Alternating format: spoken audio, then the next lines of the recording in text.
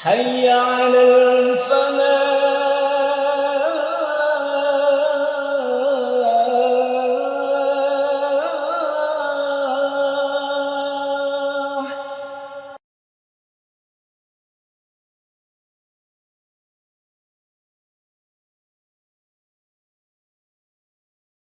Assalamualaikum warahmatullahi wabarakatuh.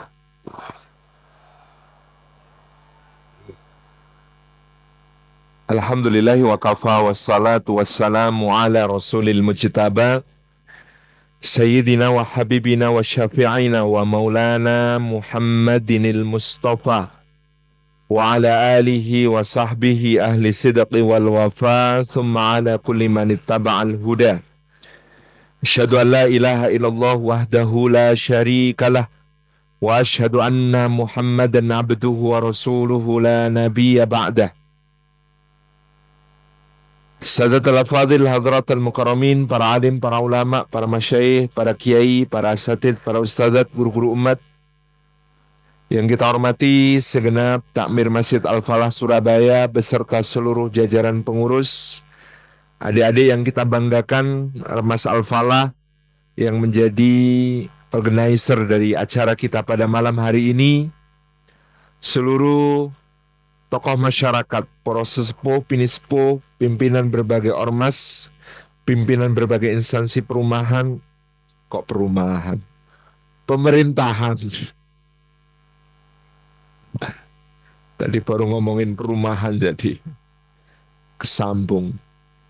Yang kita hormati, Bapak Ibu hadirin hadirat muslimin muslimat, mukminin mukminat, salihin salihat, rahimani wa rahimakumullah. Puji syukur kehadirat Allah Subhanahu wa taala atas limpahan karunia-Nya kita dihimpun dalam majelis ilmu. Mudah-mudahan setiap langkah yang kita tempuh ke rumah Allah yang kita cintai ini, tiap tapaknya menggugurkan dosa-dosa kita, tiap tapaknya meninggikan derajat kita di sisi Allah Subhanahu wa taala, tiap tapaknya menjadi pemudah jalan kita semua menuju ke surga.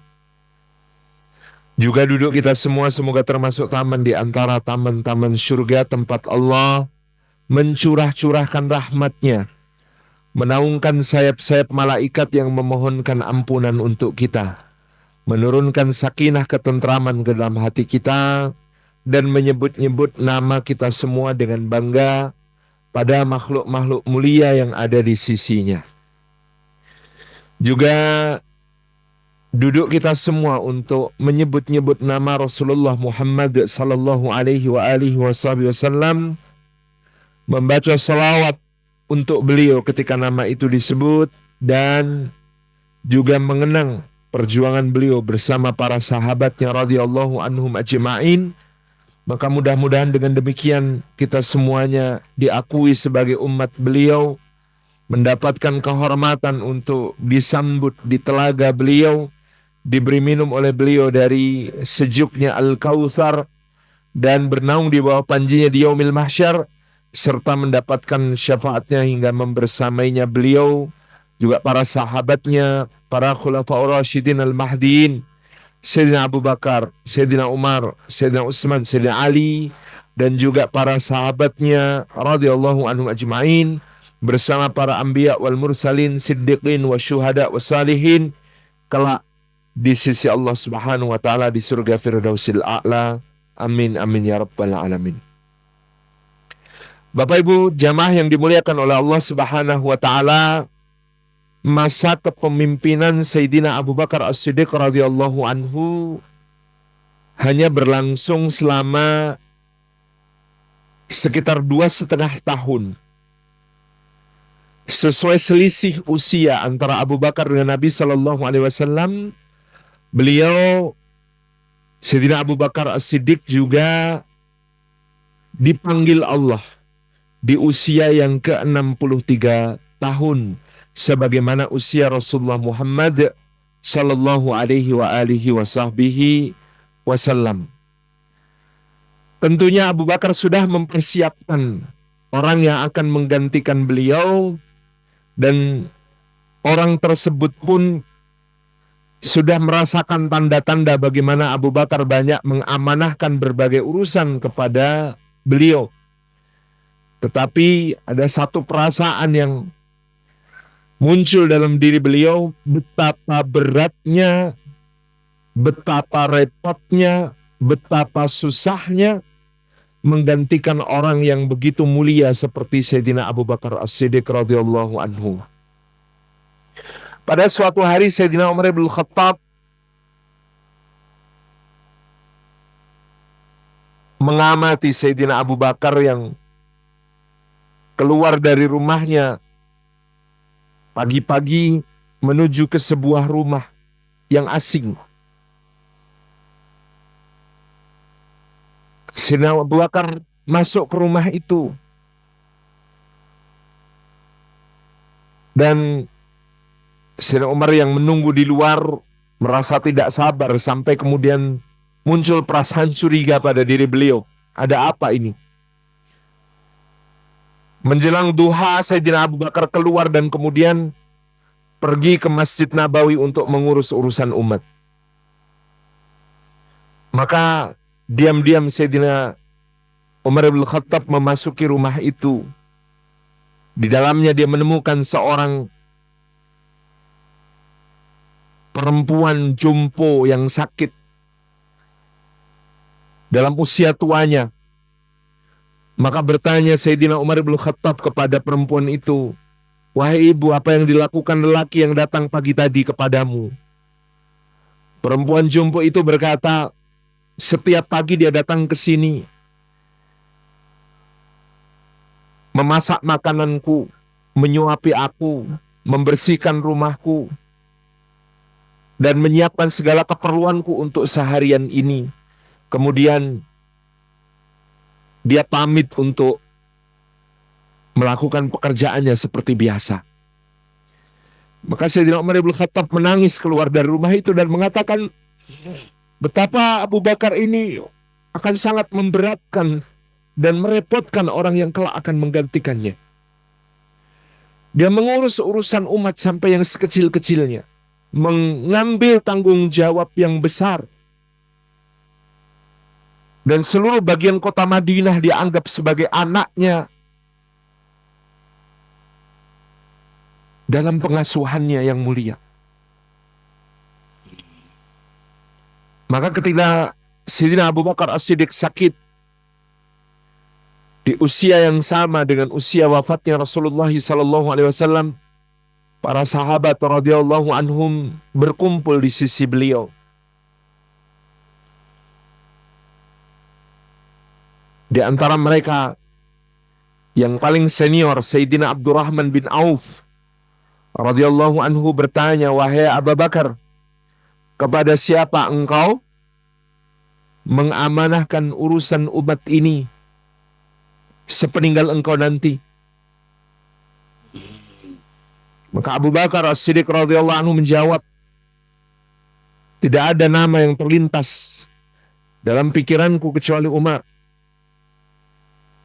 Abdurrahman bin Auf mengatakan, "Ya Abu Bakar, celakalah kami.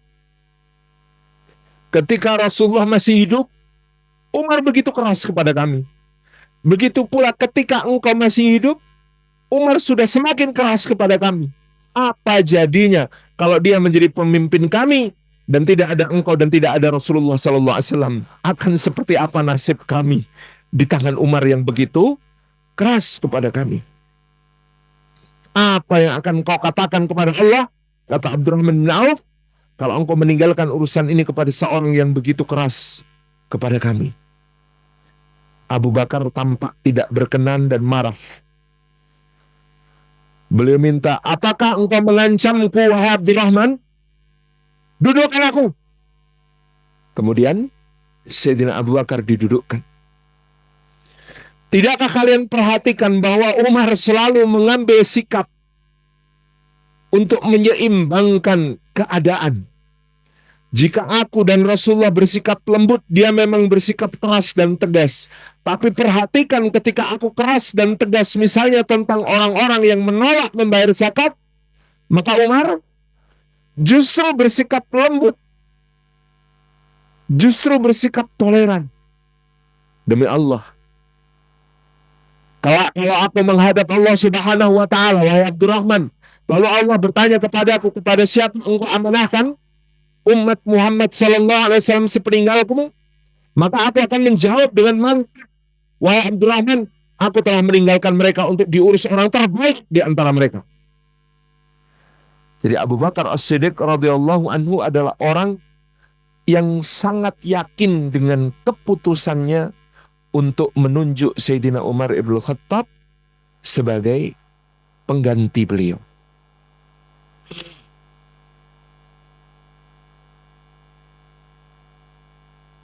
Justru Umar tidak hadir di saat Abu Bakar menyampaikan wasiat itu. Karena dia memang tidak mau. Dia khawatir Abu Bakar menyebut namanya. Maka pada saat itu Sayyidina Ali bin Abi Thalib yang mendatanginya, wahai Umar, datanglah Khalifatu Rasulillah memerlukanmu. Ketika Umar datang, dia mengatakan, aku mau masuk dengan syarat. Abu Bakar tidak boleh menyebut namaku. Terlambat, kata Sayyidina Ali. Seluruh sahabat sudah menjadi saksi bahwa Abu Bakar menunjukmu untuk menggantikannya. Inna lillahi wa inna ilaihi raji'un. Kata Sayyidina Umar, betapa ini musibah yang paling besar bagi Umar hari ini.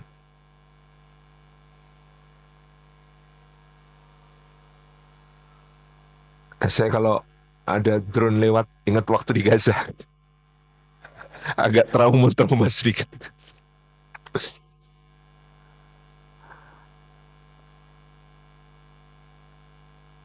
Jadi apa yang menyebabkan Sayyidina Abu Bakar As-Siddiq radhiyallahu anhu begitu mantap menunjuk Sayyidina Umar dan tidak ada nama lain di dalam pikiran beliau?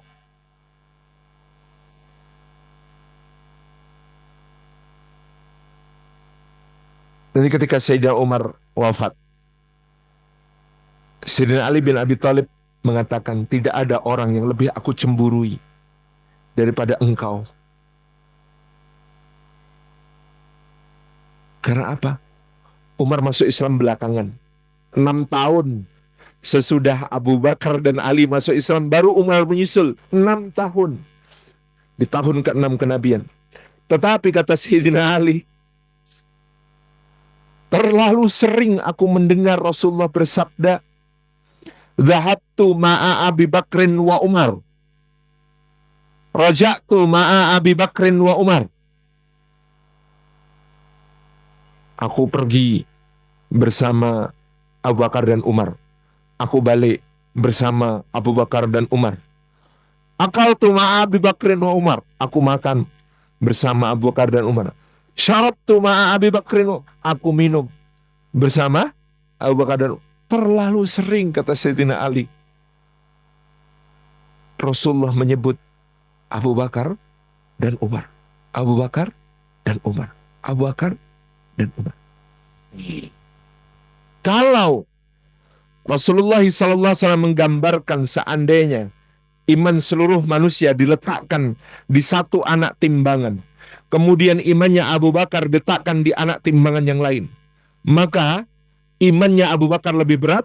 Maka beliau mengatakan tentang Sayyidina Umar, seandainya ilmunya seluruh manusia diletakkan di satu anak timbangan, sementara ilmunya Umar diletakkan di anak timbangan yang lain, niscaya ilmunya Umar lebih berat. Sebagaimana Nabi SAW bercerita tentang sebuah mimpi. Aku bermimpi Allah memberikan untukku satu wadah berisi susu, lalu aku meminumnya.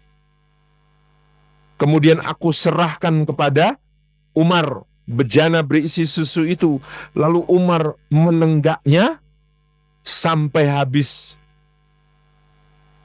Maka beliau ditanya, apakah takwilnya ya Rasulullah? Kata Nabi SAW, susu itu adalah ilmu. Sebagaimana Nabi SAW menceritakan di kesempatan yang lain, Allah Subhanahu wa Ta'ala memberikan kepadaku sebuah timba untuk memberi minum orang-orang. Maka aku menimba sejauh kemampuanku menimba. Dan kemudian timba itu kuberikan kepada Abu Bakar. Lalu Abu Bakar menimba dengan kepayahan dan kesusahan karena dia adalah orang yang badannya ringkih. Lalu tiba-tiba timba itu berubah menjadi sangat besar dan kemudian dipegang oleh Ibnul Khattab, yakni Sayyidina Umar. Dan kemudian aku tidak melihat orang yang lebih kuat daripada dia dalam menimba dan memberi minum manusia. Ini juga tentang kepemimpinan dan kekuasaan.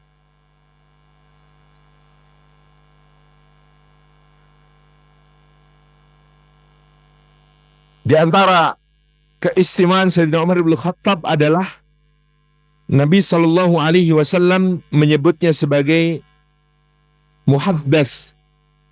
Di antara umat-umat Nabi terdahulu terdapat orang-orang yang bukan Nabi, bukan Rasul, tetapi dia adalah muhaddatsun, orang-orang yang mendapatkan ilham dari Allah. Tingkatan di bawah wahyu yang disebut sebagai ilham. Muhaddats, orang yang mendapatkan ilham. Seandainya di antara umatku ada yang semacam itu, maka dia pasti adalah Umar ibn Khattab, kata Nabi Sallallahu Alaihi Wasallam. Maka ada begitu banyak peristiwa di mana Al-Quranul Karim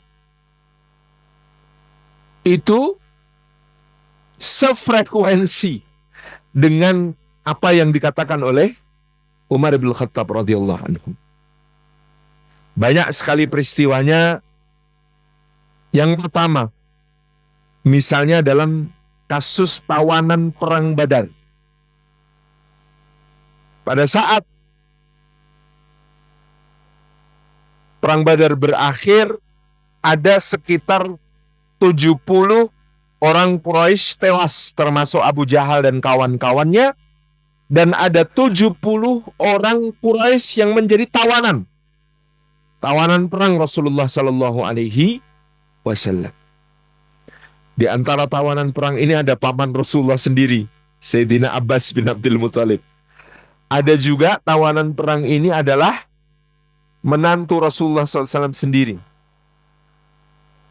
yaitu Abul As bin Rabi. Di antara tawanan perang ini ada saudaranya Mus'ab bin Umair, Abu Aziz bin Umair.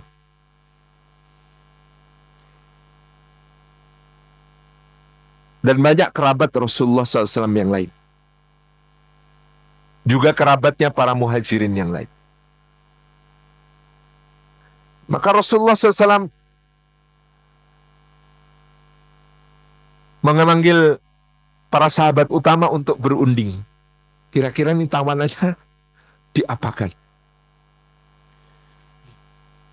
Sayyidina Umar begitu ditanya mengatakan, wahai Rasulullah, serahkan Abbas kepada Ali, Abu Aziz kepada Mus'ab, ini kepada ini. Sayyidina Umar itu sangat detail.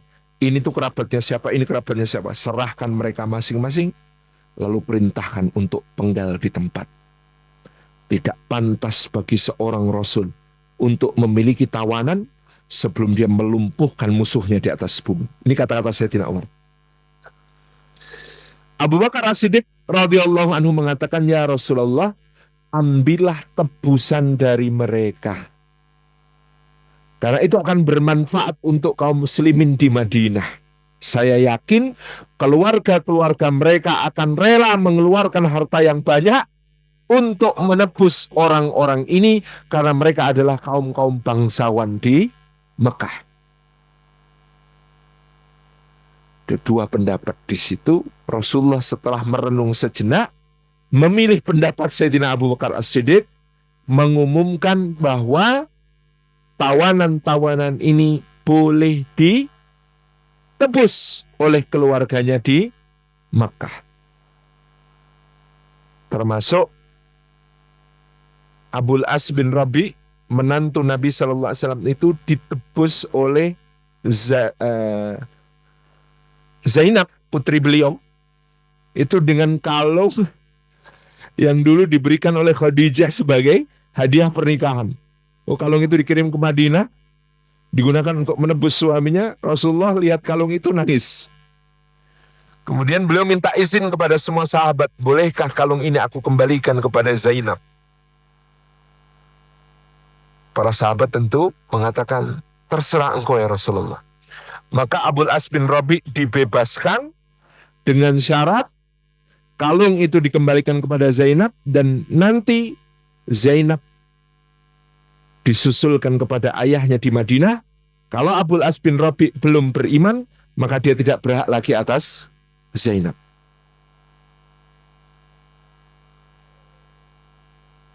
Jadi ada sahabat yang kemudian melihat ternyata ada orang-orang yang tidak ditebus oleh keluarganya.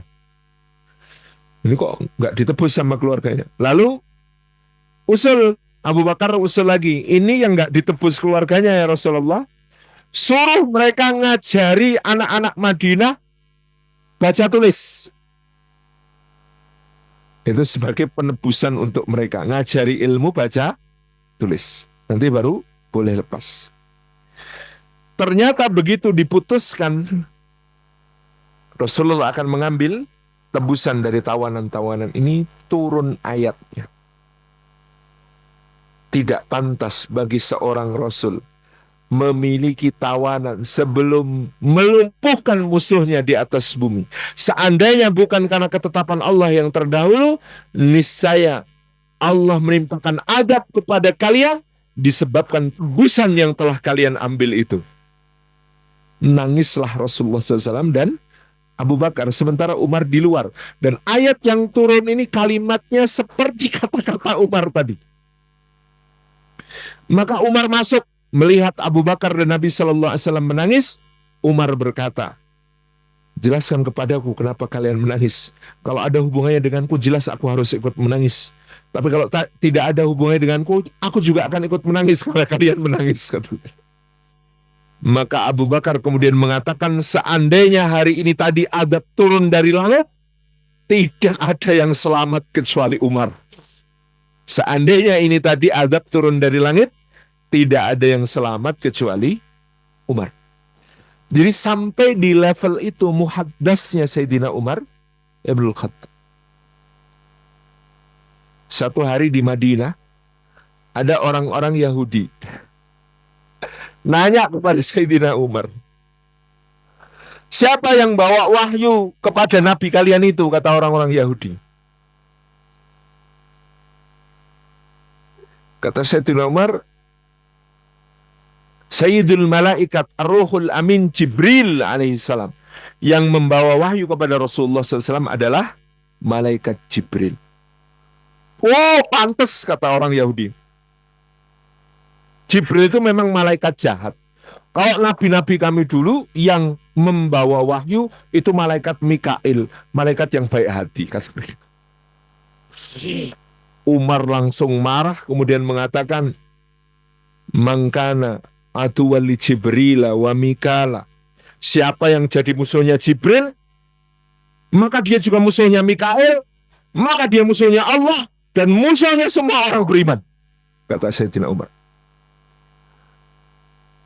Pada saat yang sama turun wahyu kepada Rasulullah SAW.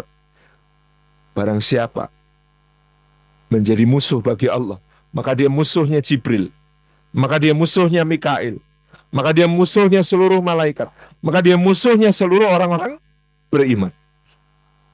Laki-laki muhaddas Sayyidina Umar bin Khattab. Di hari yang lain ada orang munafik sengketa sama orang Yahudi.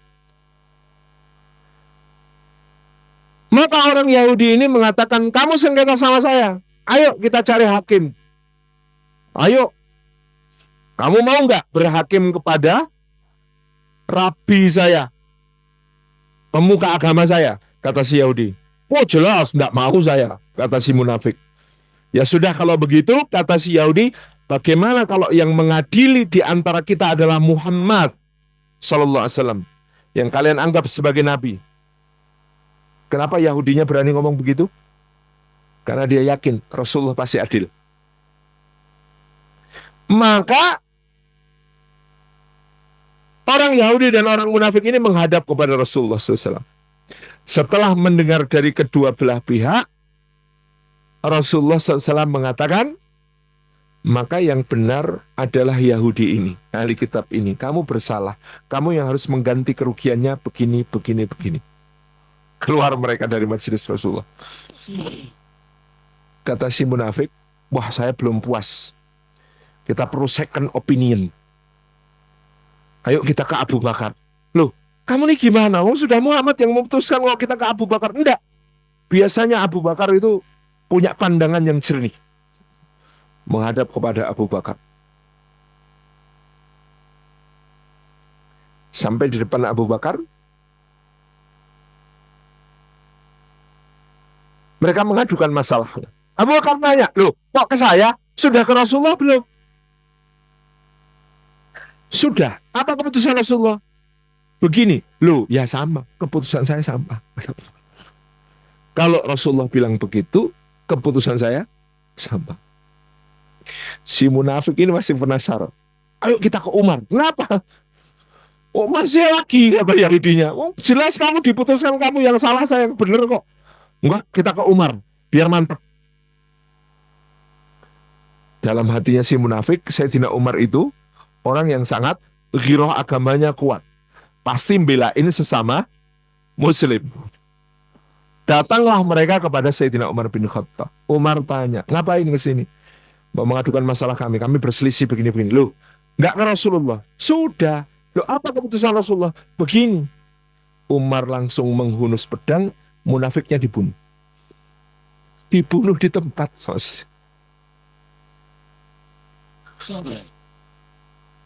Apa yang kemudian turun kepada Rasulullah SAW? Fala wa rabbika la yu'minuna hatta yuhakkimuka fima syajara bainahum. Thumma la tajidu fi qulubihim harajan mimma qadaita wa yusallimu taslima, kata Allah.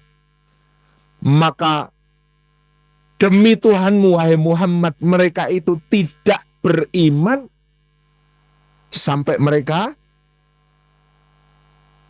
menyerahkan persoalannya kepadamu, lalu menerima keputusanmu, dan tidak kamu dapati dalam hati mereka ada keberatan sedikit pun atas keputusan itu, dan mereka menerima dengan lapang dada. Kalau begitu, yang tidak begitu tidak beriman. Kalau keluar dari keimanan, murtad. Hukumannya mati. Maka si munafik ini dihukum mati oleh Sayyidina Umar. Dan tindakan Sayyidina Umar dibenarkan oleh Quran. Muhaddas.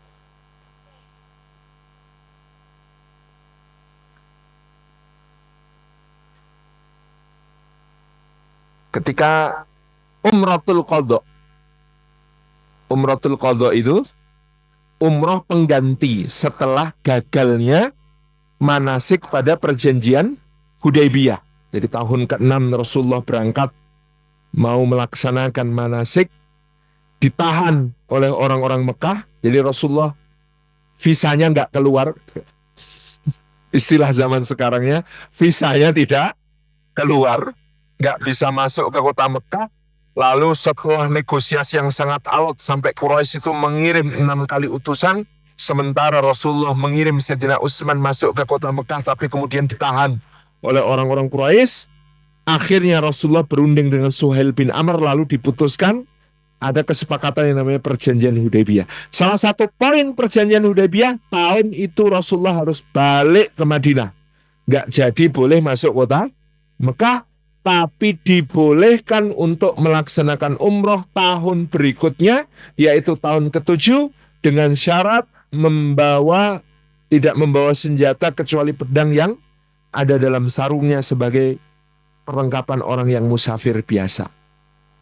Itu yang diputuskan. Maka tahun ke-7 dilaksanakan Umratul Qadha, umroh pengganti. Pada saat melaksanakan umroh pengganti sedang tawaf di Masjidil Haram, Sayyidina Umar mendekati makom Ibrahim, kemudian mengatakan kepada Rasulullah, ya Rasulullah, bagaimana kalau kita jadikan bagian dari makom Ibrahim ini sebagai tempat sholat? Dulu orang nggak berani sholat di situ, karena menghormati bagian dari Ka'bah yang kemudian diragukan mana dinding Ka'bahnya dulu yang asli, karena yang dibangun oleh Quraisy lebih kecil daripada yang dibangun oleh Nabi Ibrahim alaihissalam. Tapi Umar usul, bagaimana kalau kita jadikan bagian dari makam Ibrahim ini sebagai tempat sholat ya Rasulullah. Baru Umar itu belum nutup mulutnya, ayatnya sudah turun, wattakhidu mim maqami Ibrahim musalla, dan jadikanlah sebagian dari makam Ibrahim itu sebagai tempat sholat. Persis kata-kata Sayyidina Umar.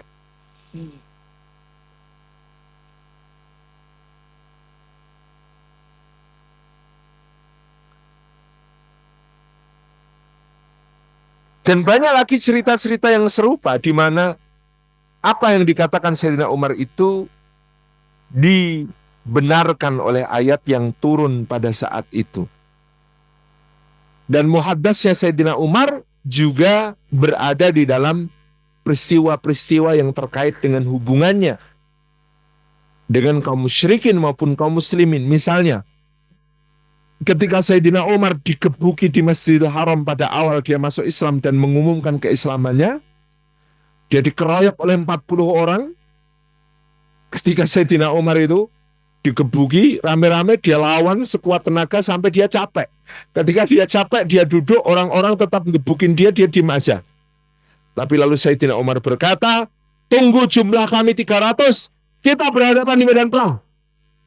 Tunggu jumlah kami 300, kita berhadapan di medan perang. Maka persis seperti dikatakan Sayyidina Umar bin Khattab, pada saat perang Badar, jumlah kaum muslimin sekitar 300 orang. Demikian pula diceritakan oleh para sahabat tentang ekspedisi militer yang beliau kirim, di mana pada saat khutbah Jumat, tiba-tiba Sayyidina Umar tidak menghadap kepada hadirin jamaah Jumat, tapi menghadap ke arah yang jauh, kemudian mengatakan, wahai Sariyah, ke bukit, ke bukit, ke bukit. Lalu balik lagi untuk melaksanakan khutbah. Pasukan yang dikirim itu kemudian datang pekan berikutnya, lalu mereka cerita, kami kemarin terdesak, bingung harus bagaimana, tiba-tiba terdengar suara kayak suara Sayyidina Umar, menyuruh kami, wahai Sariyah, ke bukit, ke bukit, ke bukit. Lalu kami pun naik ke atas bukit, menyerang balik musuh, lalu kami berhasil mengalahkan mereka. Ternyata beliau saat khutbah Jumat mengarahkan pasukan ke bukit, ke bukit, ke bukit, terdengar sampai pasukan yang sedang berperang di garis depan, yang baru datang seminggu kemudian. Jadi perjalanan jaraknya sepekan. Jarak antara Madinah dengan tempat perangnya itu perjalanan 1 pekan. Tapi suara Sayyidina Umar memberikan arahan itu didengar oleh pasukan yang ada di garis depan. Maka kalau Sayyidina Abu Bakar As-Siddiq menunjuk Sayyidina Umar bin Khattab, itu sebuah hal yang kemudian akhirnya diterima secara aklamasi oleh para sahabat yang lain, karena mereka mengetahui Sayyidina Umar ibn Khattab radhiyallahu anhu memiliki kualifikasi yang demikian. Bahkan sebegitu besar ujian Rasulullah SAW kepada Sayyidina Umar pada saat peristiwa Badar tadi, itu dikatakan Rasulullah itu memuji Abu Bakar. Wahai Abu Bakar, engkau seperti Ibrahim alaihi salam ketika berkata, faman tabi'ani fa innahu minni wa man asani fa innaka ghafurur rahim. Ya Allah, siapa yang mengikuti aku maka dia termasuk golonganku, dan siapa yang durhaka kepadaku engkau tetap maha pengampun lagi maha penyayang. Itu kasih sayangnya Nabi Ibrahim kepada umatnya yang diumpamakan oleh Rasulullah, wahai Abu Bakar, kamu kayak Nabi Ibrahim. Dan wahai Abu Bakar, kamu kayak Isa alaihi salam ketika berkata, in tu'adzibhum fa innahum ibaduk wa in takfir lahum fa innaka antal azizul hakim. Ya Allah, kata Nabi Isa, kalau engkau mengadab mereka, maka mereka ini hamba-hambamu juga ya Allah. Tapi kalau engkau mengampuni mereka, memang engkau ya Allah maha perkasa, lagi maha bijaksana. Jadi kata Nabi Sallallahu Alaihi Wasallam, engkau wahai Abu Bakar seperti Nabi Isa. Sedangkan engkau wahai Umar seperti Nabi Nuh alaihi salam ketika berkata, Rabbi la tadar alal ardi minal kafirina tayyara. Ya Allah, jangan sisakan satu orang kafir pun tersisa di atas bumi ini ya Allah. Itu doanya Nabi Nuh waktu banjirnya datang.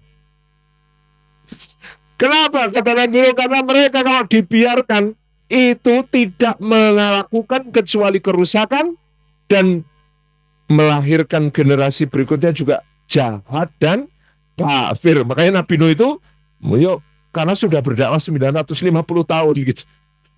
Sudah kesabarannya sudah setipis tisu kata anak sekarang.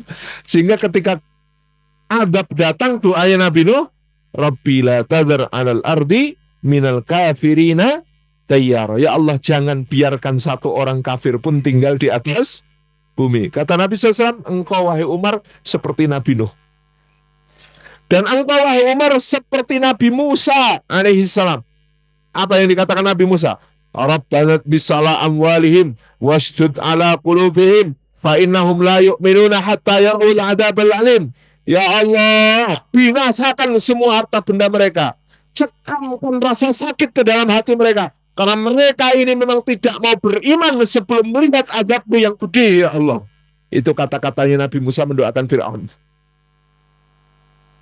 Setelah didakwai sekian lama, gemesnya Nabi Musa, dia berkata, ya Allah, binasakan harta benda mereka, cekamkan rasa sakit ke dalam hati mereka, karena mereka ini tidak mau beriman sebelum melihat azab-Mu yang pedih. Maka ujiannya Rasulullah SAW, kalau Abu Bakar seperti Nabi Ibrahim dan Nabi Isa, Sayyidina Umar itu seperti Nabi Musa dan Nabi Nuh alaihi wassalam. Maka setelah ditunjuk oleh Sayyidina Abu Bakar As-Siddiq radhiyallahu anhu, Sayyidina Umar menerima amanah untuk menjadi pemimpin kaum muslimin. Pada mulanya orang-orang memanggilnya dengan panggilan yang ruwet. Ya khalifati Rasulillah. Wahai penggantinya pengganti Rasulullah. Karena Abu Bakar itu dipanggil Khalifata Rasulillah, penggantinya Rasulullah. Nah, Umar dipanggil sebagai ya khalifati Rasulillah. Wahai pengganti dari penggantinya Rasulullah. Kata Umar, sudahlah, jangan repot-repot. Aku ini cuma Amirul Mukminin. Jadi orang pertama yang dipanggil Amirul Mukminin adalah Sayyidina Umar ibn Khattab. Abu Bakar tidak disebut Amirul Mukminin pada masa beliau hidup, tetapi disebut sebagai Khalifatu Rasulillah, penggantinya Rasulullah. Sementara Sayyidina Umar disebut sebagai Amirul Mukminin, Commander of the Faithful, komandannya orang-orang beriman. Jadi Umar cuma mau dipanggil sebagai komandannya orang-orang beriman. Ini yang dikatakan oleh beliau. Maka sejak itu orang-orang memanggilnya ya Amirul Mukminin, wahai pemimpinnya orang-orang beriman. Sayyidina Umar bin Khattab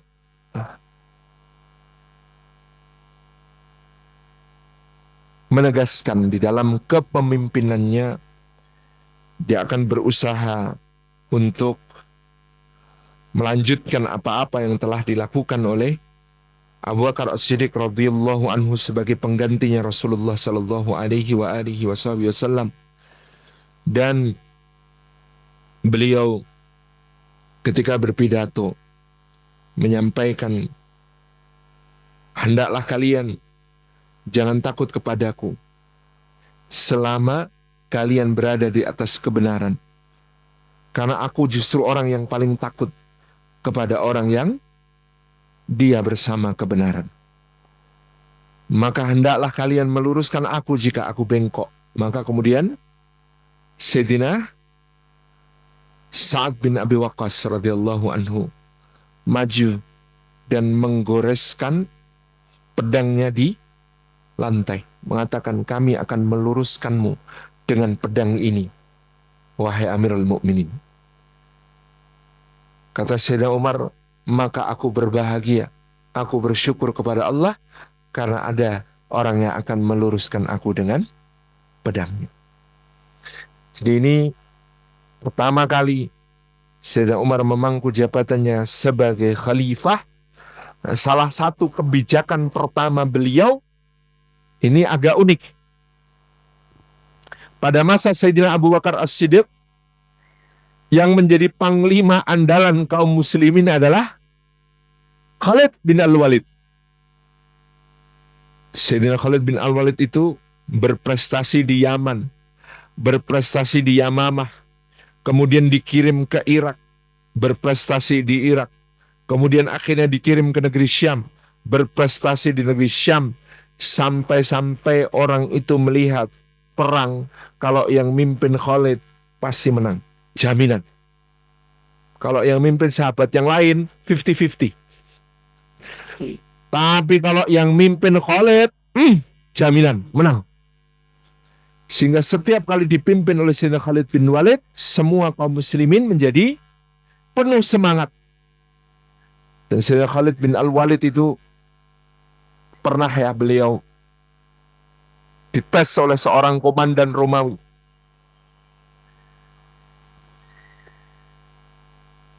Diundang untuk jamuan.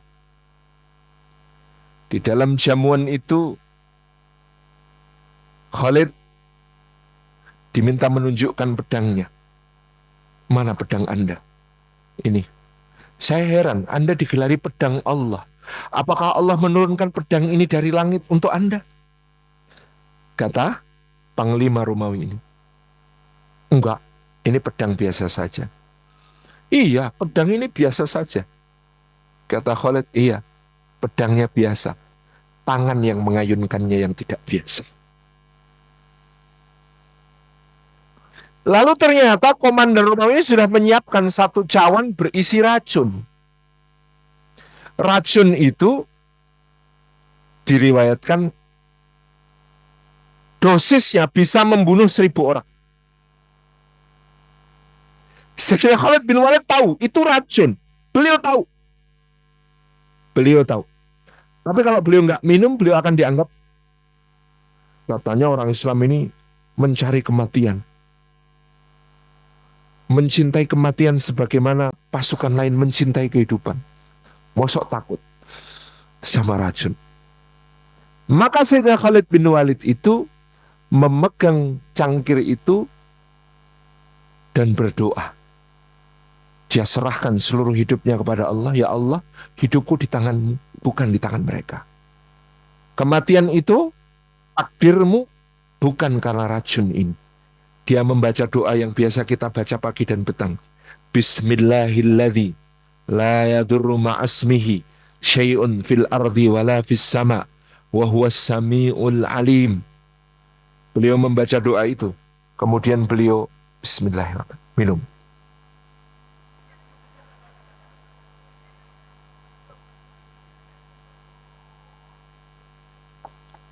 Sebenarnya yang haus Salim Afilah gitu. Tapi kan yang enak kalau ada ceritanya. Sayyidina Khalid bin Walid minum racun itu sampai habis. Setelah masuk ke tubuh beliau, wajah beliau itu memerah kayak meledak gitu. Tapi kemudian beliau memejamkan mata sejenak, kemudian tenanglah. Ganti. Panglima Romawi itu gemetar. Kata dia, Tuan, aku membubuhkan keminuman itu racun yang bisa membunuh 1.000 orang. Dan Tuan meminumnya tanpa ragu. Lalu Khalid mengatakan, agar kalian tahu, hidup matiku di tangan Allah, Tuhanku, bukan di tangan kalian. Kemudian berperang mereka, tentu Panglima Romawi ini sudah jatuh mental duluan. Kalah pasukan Romawi ini. Jadi kaum muslimin itu pada saat itu kemudian mengatakan, pokoknya Khalid bin Walid jaminan mutu. Kalau ada Khalid pasti menang. Bagi Sayyidina Umar ini bahaya. Bagi Sayyidina Umar ini bahaya. Jangan-jangan orang-orang sudah di level memuja Khalid, menganggap Khalid sebagai jaminan tanpa reserve. Bahaya. Maka kebijakan pertama Sayyidina Umar menulis surat untuk memecat Khalid bin Walid dari jabatan tertinggi sebagai panglima utama pembebasan negeri Syam dari kekuasaan Romawi.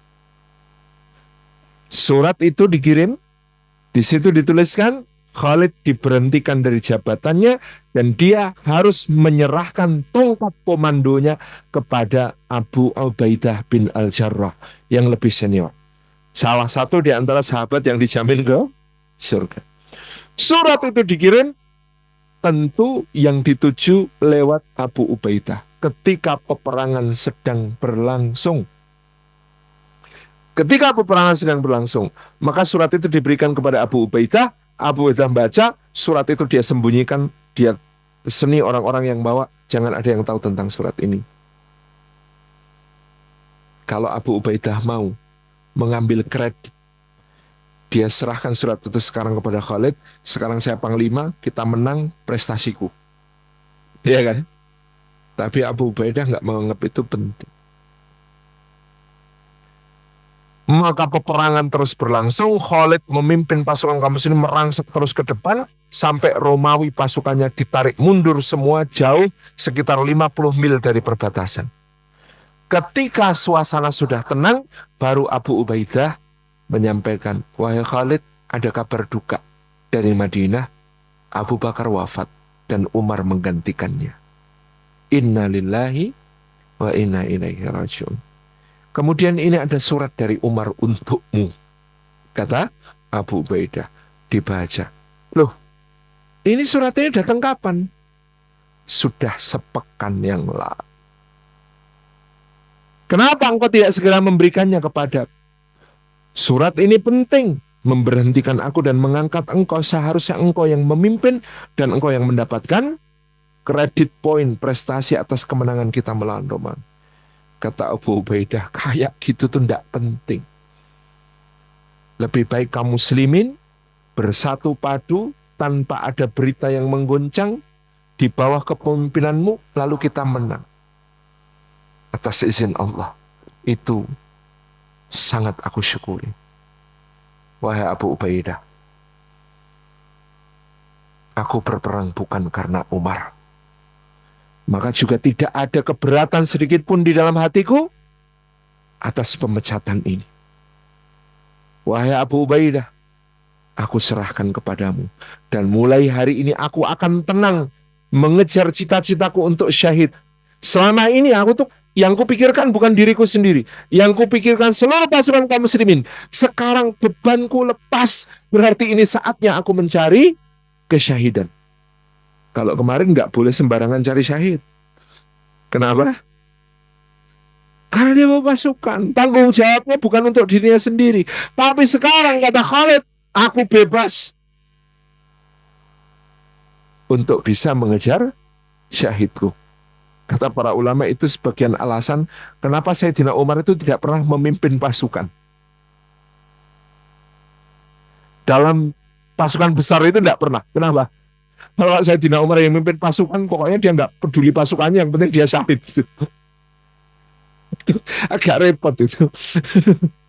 Jadi, saya Khalid yang cocok karena dia mikirnya triple kalau Khalid. Mikir menang, mikir pasukan, bukan cuma mikir dirinya sendiri. Jadi ini kebijakan pertama yang kemudian dilakukan oleh Sayyidina Umar bin Khattab radhiyallahu anhu, yang beliau pikirkan bukan cuma yang dohir-dohir. Yang beliau pikirkan bukan cuma soal yang fisik-fisik, tetapi beliau memikirkan jangan sampai kaum muslimin dalam jihad salah niat, salah orientasi, salah menyandarkan dirinya dengan mengira bahwa Khalid adalah jaminan kemenangan. Kayak begitu saja dipikirkan. Tentu kita insya Allah akan belajar lebih banyak lagi tentang Sayyidina Umar bin Khattab dalam berbagai aspek pemerintahannya, seperti tema kita ketika Umar memimpin. Insya Allah pada pertemuan yang akan datang, bagian kedua tentang Sayyidina Umar bin Khattab, saya kembalikan kepada panitia karena waktunya terbatas. Jazakumullah khairan. Assalamualaikum warahmatullahi wabarakatuh. A'udzubillahi minasyaitonir rajim. Bismillahirrahmanirrahim. Alhamdulillahi rabbil alamin. Hamdan syakiran, hamdan na'imin. Hamdan yuafi ni'amahu wa yukafi'u mazidah. Ya Rabbana lakal hamdu kama yanbaghi li jalali wajhika wa 'azimi sultanik. Allahumma salli wa sallim wa barik ala sayyidina wa habibina wa syafi'ina wa maulana Muhammad ibn Abdullah wa ala alihi wa ashabihi wa mawala. وارض اللهم عن سادتنا أبي بكر وعمر وعثمان وعلي وعن كل صحابة رسول الله أجمعين وارض عنا معهم برحمتك يا أرحم الراحمين. اللهم اغفر للمؤمنين والمؤمنات والمسلمين والمسلمات الأحياء منهم والأموات إنك سميع قريب مجيب دعوة يا قاضي الحجر. ربنا اغفر لنا ولإخواننا الذين سبقونا بالإيمان ولا تجعل في قلوبنا غلا للذين آمنوا ربنا إنك رؤوف رحيم. ربنا اغفر لنا ولوالدينا وارحمهم كما ربونا صغارا. اللهم أعنا على ذكرك وشكرك وحسن عبادتك. اللهم أصلح لنا ديننا الذي هو عصمة أمرنا وأصلح لنا الدنيا التي فيها معاشنا وأصلح لنا الآخرة التي إليها معادنا. اللهم إنا نسألك رضاك والجنة ونعوذ بك من سخطك والنار. اللهم إنا نسألك الهدى والتقى والعفاف والغنى. اللهم إنا نسألك سلامة في الدين وعافية في الجسد وزيادة في العلم وبركة في الرزق يا الله، وتوبة قبل الموت ورحمة عند الموت ومغفرة بعد الموت. اللهم هون علينا في سكرة الموت ونجاة من العفو عند الحساب. ربنا هب لنا من أزواجنا وذرياتنا قرة أعين واجعل المتقين إماما. ربنا آتنا في الدنيا حسنة وفي الآخرة حسنة وقنا عذاب النار وادخلنا الجنة مع الأبرار يا عزيز يا غفار يا رب العالمين. سبحان ربنا رب العزة عما يصفون وسلام على المرسلين والحمد لله رب العالمين.